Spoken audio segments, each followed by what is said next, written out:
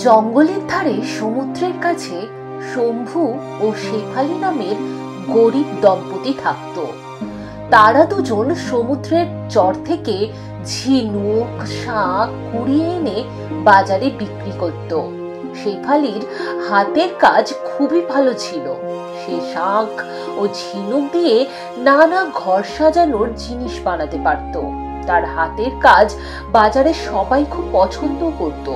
তবে তারা স্বামী ও স্ত্রী খুবই সৎ ছিল, তাই অল্প দামে জিনিসগুলো বিক্রি করে দিত। এতে তাদের তেমন কিছু লাভও হতো না, কিন্তু কোনো রকমে তাদের সংসারটা চলে যেত।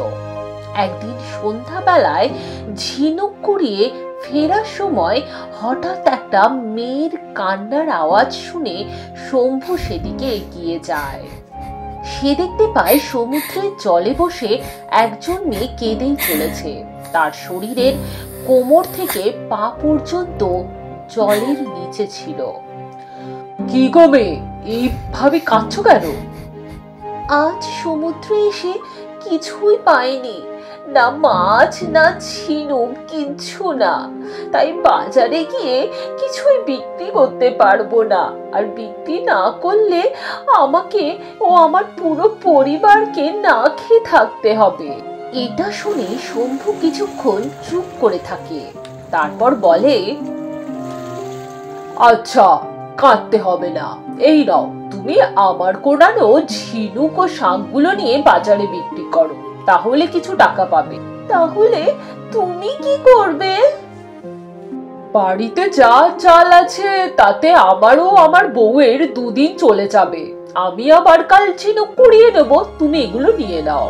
তোমার বউ তোমাকে কিছু বলবে না তো? না না, কাউকে সাহায্য করেছি শুনলে আমার বউ বরং খুশি হবে, ও খুব ভালো মনের মানুষ। এই বলেই শম্ভু তার ঝিনুকের ঝুড়িটা মেয়েটিকে দিয়ে দেয়, আর ঝুড়িটা নিয়েই মেয়েটা জলপরীতে পরিণত হয়।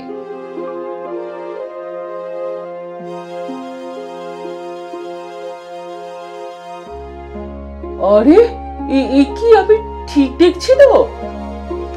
হ্যাঁ শম্ভু, তুমি ঠিক দেখছো। আসলে তোমাকে পরীক্ষা করছিলাম। আমার তোমার মতোই একজন সৎ ও উপকারী ব্যক্তির দরকার। তুমি কি আমাকে সাহায্য করতে পারবে? আমি? আমার মতো সাধারণ মানুষ কিভাবে তোমার উপকারে লাগতে পারে জলপুরি? পারবে, তবে এর আগে তোমাকে আমার সাথে একটা জায়গা যেতে হবে। আমরা খুব বিপদে আছি, তুমি কি যাবে আমার সাথে? হ্যাঁ যাব, নিয়ে চলো আমায়। এরপর এক নিমেষে সেখানে একটা নৌকা চলে আসে, আর শম্ভু নৌকায় উঠতেই নৌকাটি জলপরীর পিছন পিছন এক জায়গায় হাজির হয়। সেখানে এসে শম্ভু আরো কয়েকটি অদ্ভুত প্রাণী দেখতে পায়, যেমন জলপরীর উপরের শরীরটা মানুষের ও নিচেরটা মাছের, তেমনি সেখানে আরো অনেক প্রাণী ছিল যাদের উপরের অংশটা তো মানুষের মতো, কিন্তু নিচের অংশটা ছিল শামুকের নয়তো সাপের, আবার কারুর কারুর কাঁকড়ারও।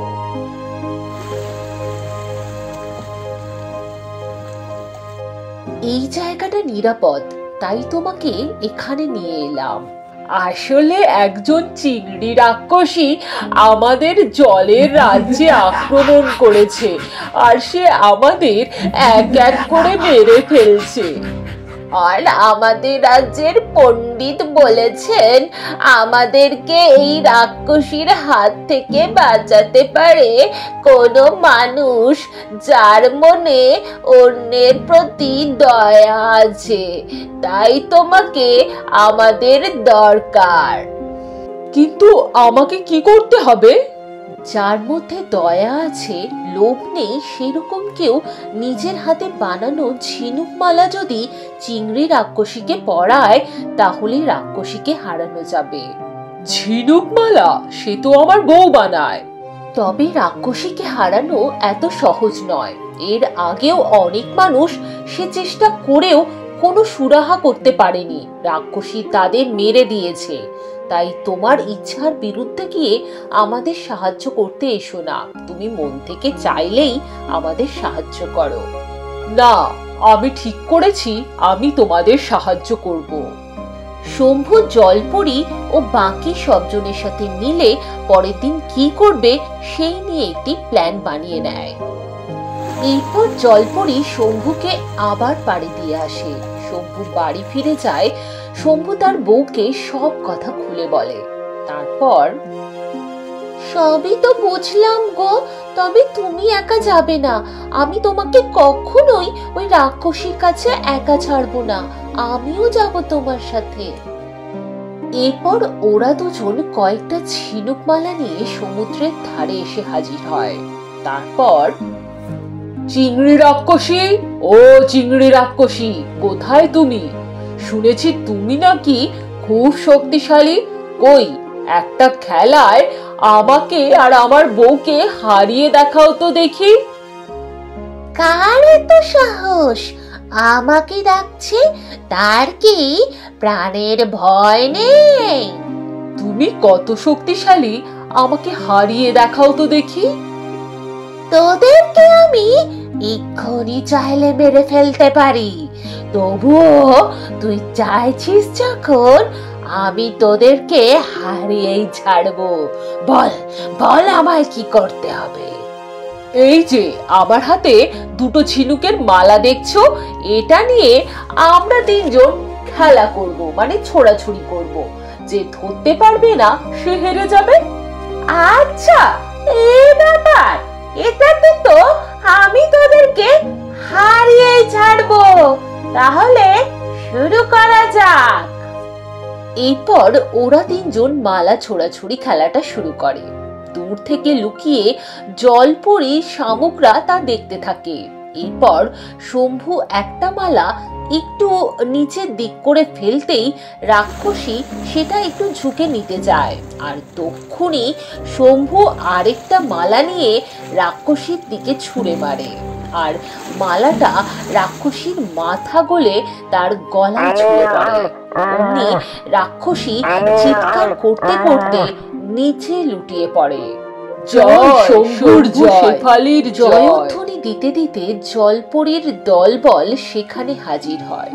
শম্ভু, শেফালি, তোমরা পেরেছো। তোমাদের জন্যই আমরা এই রাক্ষসীর হাত থেকে রক্ষা পেয়েছি, তাই আমরা তোমাকে কিছু উপহার দিতে চাই। আমরা তোমাকে ঝিনুক মহল উপহার দিচ্ছি। আজ থেকে তুমি ও তোমার বউ ওখানেই থাকবে। তোমাদের আর ভাঙা বাড়িতে থাকতে হবে না। আর যখন তুমি বালতিতে করে এই সমুদ্রের জল তুলবে, তখনই তা মুক্ততে পরিণত হবে। তুমি মুক্তোর ব্যবসা করে বড়লোক হয়ে যাবে। যখন সবাই কথা বলছিল, তার মধ্যে হঠাৎ চিংড়ি রাক্ষসীর শরীরটা আবার কেঁপে ওঠে। তারপরই নিমেষে সেই রাক্ষসী পরিণত হয় এক সুন্দর পরীতে। ধন্যবাদ শম্ভু ও শেফালি আমাকে সাপমুক্ত করার জন্য। একদিন আকাশে উড়ে যাওয়ার সময় আমার হাতে ছড়ে গিয়ে পড়ে এক সাধুর ওপর।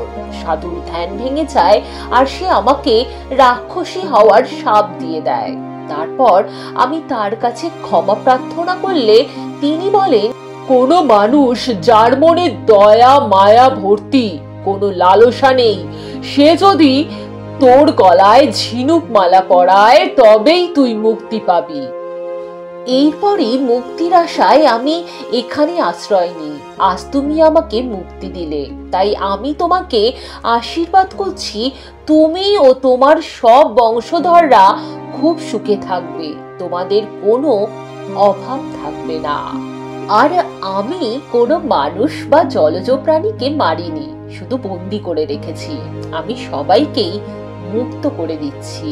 এই বলেই সবাইকে বিদায় জানিয়ে পরী সেখান থেকে অদৃশ্য হয়ে যায়। আর পরী অদৃশ্য হতেই হারিয়ে যাওয়া মানুষ ও জলজ প্রাণীরা ফিরে আসে।